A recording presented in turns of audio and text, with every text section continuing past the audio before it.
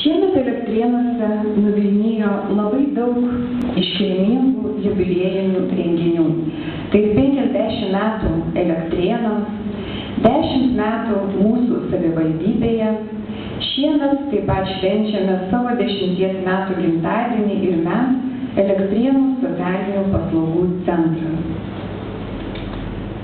Žvelgdama į šią salę, aš kartu matau ir mūsų centro istoriją, kadangi kiekvienas iš čia esančių vienaip ar kitaip yra susijęs su mūsų praeitimi ar dabartimi.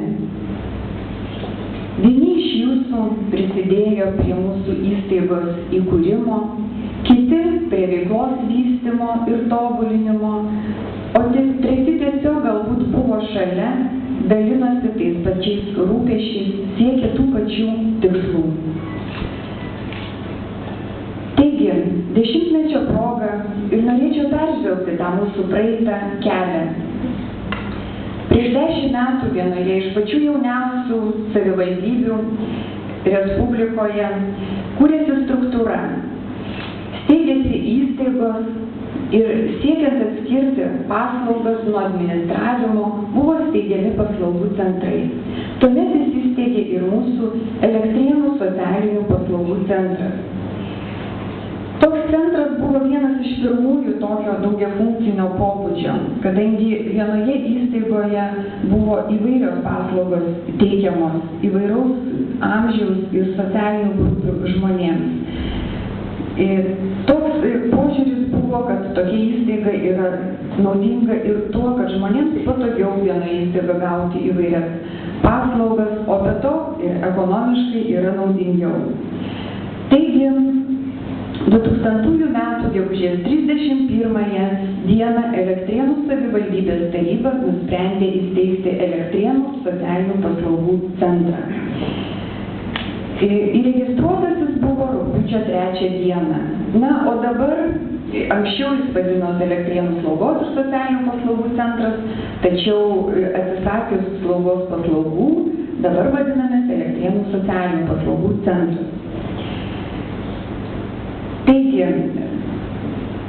2000 metų Liepos 19 dieną į centrą buvau priimta aš direktorės pareigoms. Per keletą dienų buvo parengti nuostatai, visa kita reikiama dokumentacija ir jau nuo rugpjūčio 3 dienos buvo pradėti priimti kiti mūsų darbuotojai.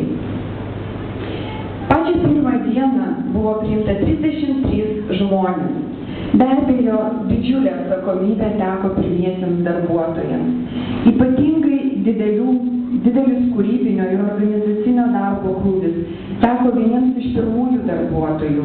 Tai Vilijai Banevičienei, Jurgitai Piliponienei, Renatai Stankevičienei, Irinai Markevičienei, Danguolei Kriucevičienei ir kitiems.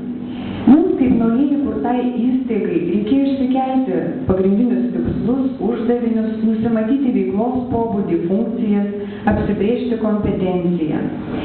Daugelis iš mūsų turėjome nedaug patirties, tačiau buvo didžiulis entuziazmas, ryžtas ir noras padėti žmonėms. Darbuotojai dirbo neskaičiuodami nei savo jėgų, nei valandų, kūrė įvairius projektus, organizavo renginius, savanoriškai dirbo, po darbo vakarais važiuodavo į šeimas lankyti. Per šventes sunkiai besiverčiantiems žmonėms į namus nešė iš rėmėjų gautą labdarą. Susibūrė tvirtas kolektyvas.